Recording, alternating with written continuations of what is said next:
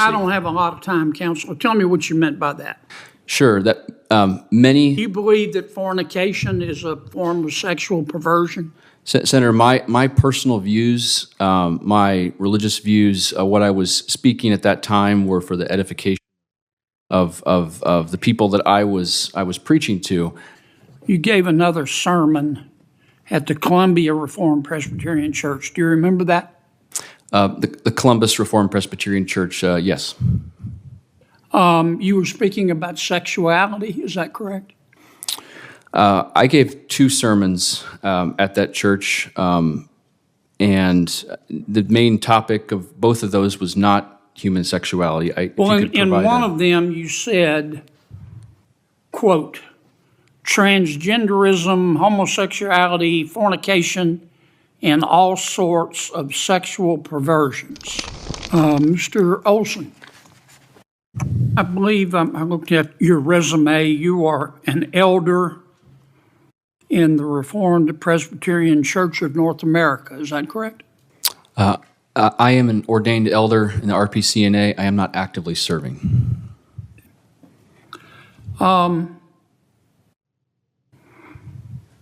In August of 2015, you gave a sermon at the Second Reformed Presbyterian Church. Do you remember that?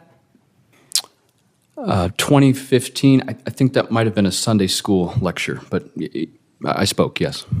During that sermon, you said that marriage was not intended for all people, including, and I'm going to quote your words, our handicapped friends are our persons with physical disabilities that might prevent the robust marriage that we're called to, close quote.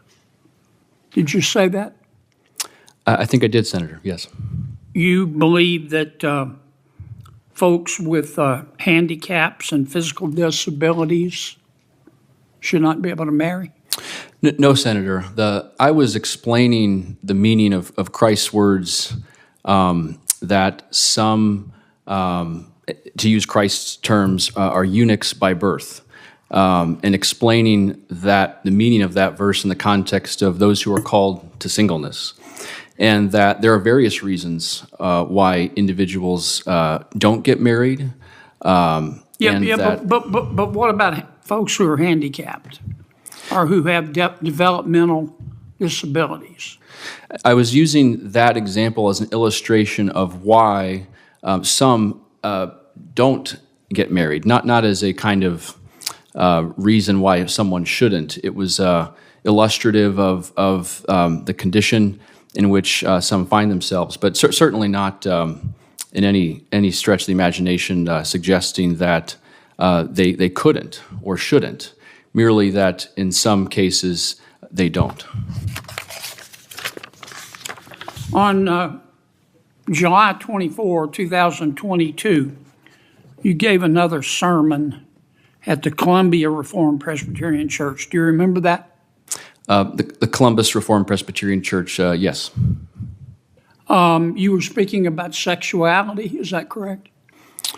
I gave 2 sermons at that church, and the main topic of both of those was not human sexuality. In one of them you said, quote, transgenderism, homosexuality, fornication, and all sorts of sexual perversions was a form of hypocrisy from, quote, your words, shame on the inside. Did you say that? I don't recall the precise wording, but that sounds What did you mean by that?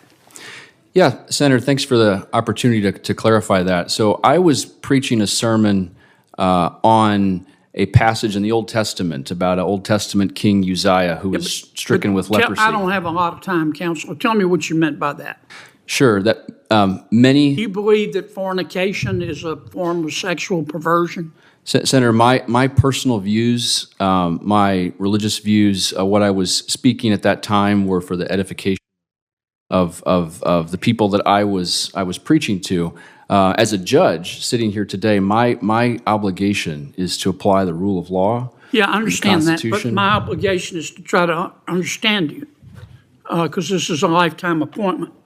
Do you believe that fornication, which I assume you mean by that the Sex Act, is a form of sexual perversion?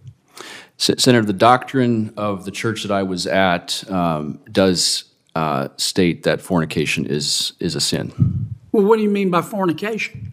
Any sexual act outside of the bounds of marriage. Okay. So you believe premarital sex is a sexual perversion? Senator, my personal views, as many have said before, I won't comment, but the doctrine of the church that I belong to would. Is it your doctrine?